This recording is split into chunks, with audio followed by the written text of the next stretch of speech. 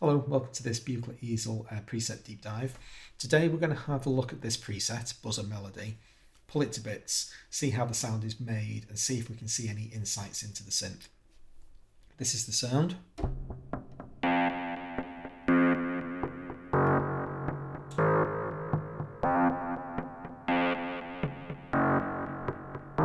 Really interested in what's going on there. Let's pull it to bits. First things first, let's turn all the advanced modules off. We want to try to get to the stage where we can hear what the oscillator's doing. We've only got one oscillator making tone here. The complex oscillator is responsible for generating the tone. Channel B is turned down completely. The modulation oscillator isn't acting as a tone source. It is doing work, but it's not generating a tone.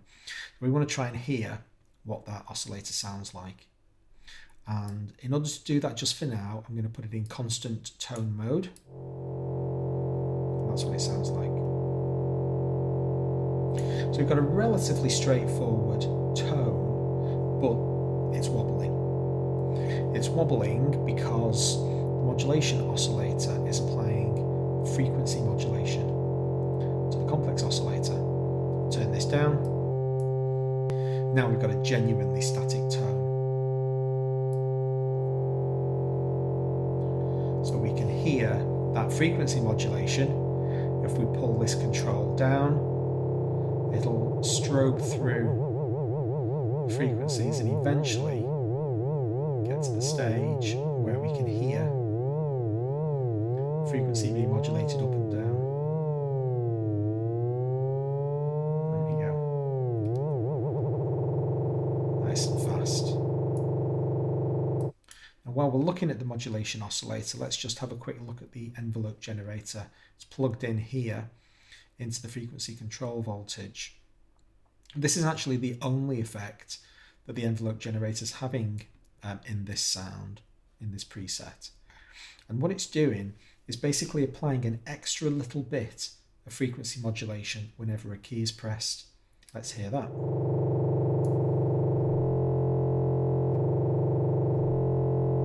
You can see down here I'm pressing the key.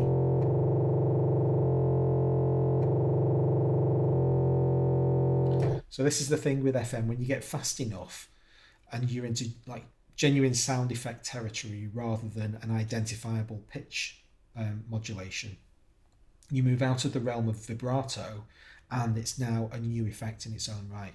So this tiny little bit of extra modulation is having that tonal colour every time we play a key. So having dealt with the modulation oscillator, let's go back and finish looking at the complex oscillator now. Where's it getting all of its tone from? Well, as we've seen, that's its bass tone after it's been modulated. But we've also got the modulation wheel wired into the Timbre's control voltage. So let's see what the mod wheel's doing.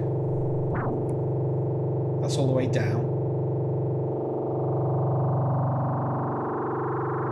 This is me turning the mod wheel up. And back down again.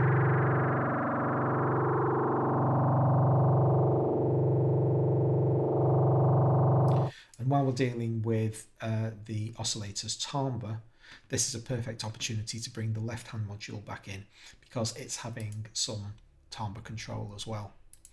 So we've got the modulation being wired into the complex oscillator's native timbre slider. So this isn't the control voltage, this is this slider here. And let's see what effect that's having.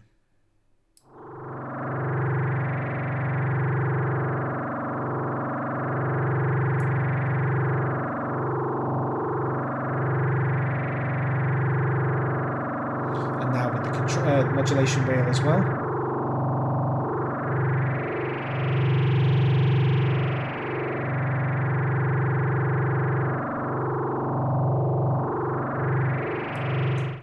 So now we've got a good handle of the basic tone underlying this preset, the relationship between those two oscillators and the modulation sources that are being applied to it.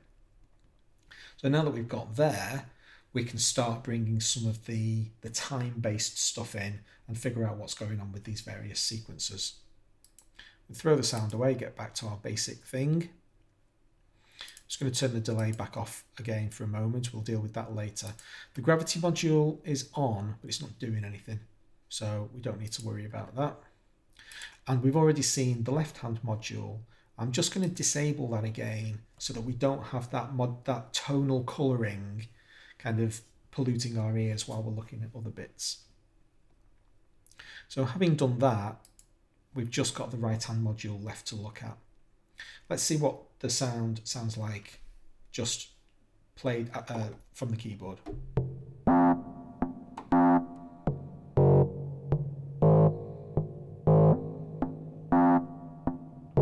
So we've got two different sequencer-based effects going on. I can let go of the key. Now I can let go of the key because the sequential voltage source is taking over the opening and closing of the low-pass gate. So it's not generating pitches, it's not plugged into the oscillator, we don't have an envelope firing here, opening and closing gates. The sequencer, the sequential voltage source, is plugged directly into the low-pass gate, and it is responsible via these control voltages for opening and closing the gate. Now, if you concentrate on step 2, you'll hear that each time round, that's the loudest bit. I'm just going to disable this for a moment so we can really focus in and hear this.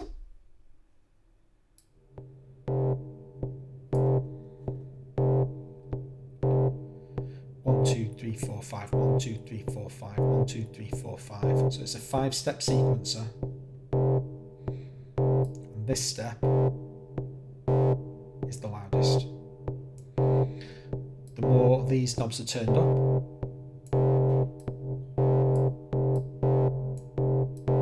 it opens the gate more.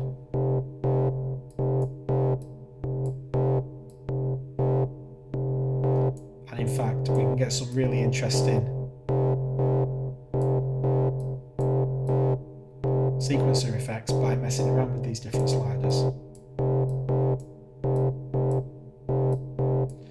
Now we bring the right-hand module back in. Let's see what it's doing.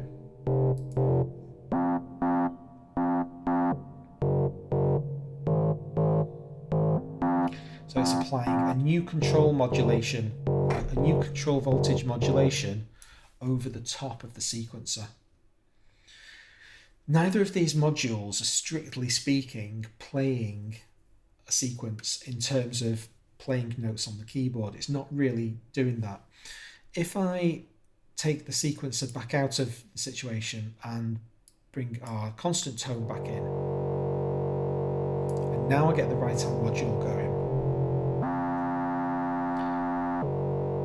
you can see it doesn't matter how long these notes are. If the gate's open, you're going to hear the tone. That's the way these oscillators work. It's only stuck on a static tone now because we're in once mode. If I let this run freely,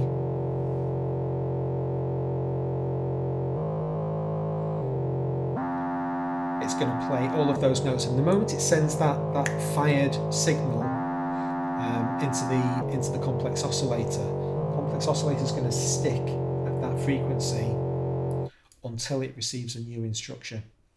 So we've got these kind of triggers, these control voltage triggers firing in the background, sending keyboard instructions to the complex oscillator to say, from now on play this tone. Then we've got the sequential voltage source. By sending different sized control voltages into the gate, it's opening the gate by different amounts. And the combination of those two things gives us our sequence. So let's throw it all away again. Bring it back. I'll just take only the delay out. So now this is the sound almost completely as is. And instead of me holding a key down on the keyboard, I've just set up a little 2-bar sequence in the background, which just virtually does that. It just plays a C. Can you see that I've also set it in the time signature 5/4 to represent the fact that there are 5 steps on the sequencer.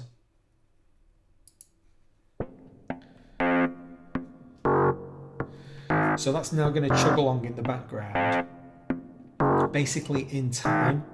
So everything at the moment is all synced to Cubase. So it just does that every time round.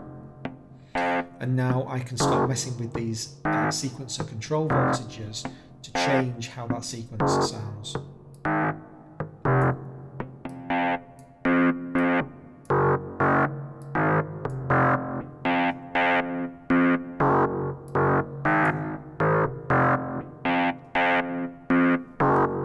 Modulation wheel.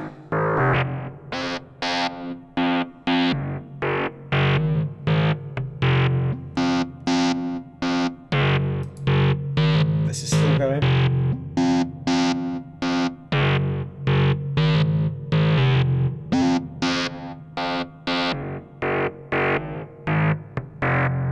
You see it refiring the loop.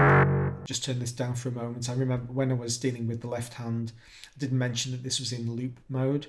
So that means that every 4 bars, the speed is set to 4 bars, then this is going to re-trigger. So if we just wait till it gets to the end, 1, 2, 3, 4, 5, 1, 2, 3, 4, 5, 1, 2, 3, 4, 5, 1, 2, 3, 4, 5-ish. Hey, I did pretty well then. Managed to count 4 bars worth. So that's basically why it's getting this far and then re-triggering. If I set the speed slower, it would get further along that curve. Let's bring it back in. And now we can bring the analog delay in. Always takes a few seconds for the delay to settle down.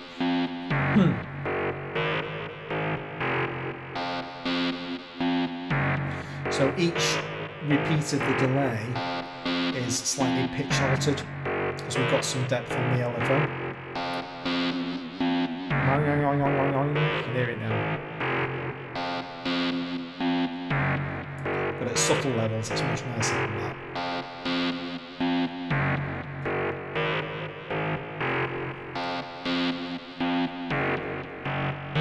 Modulation wheel.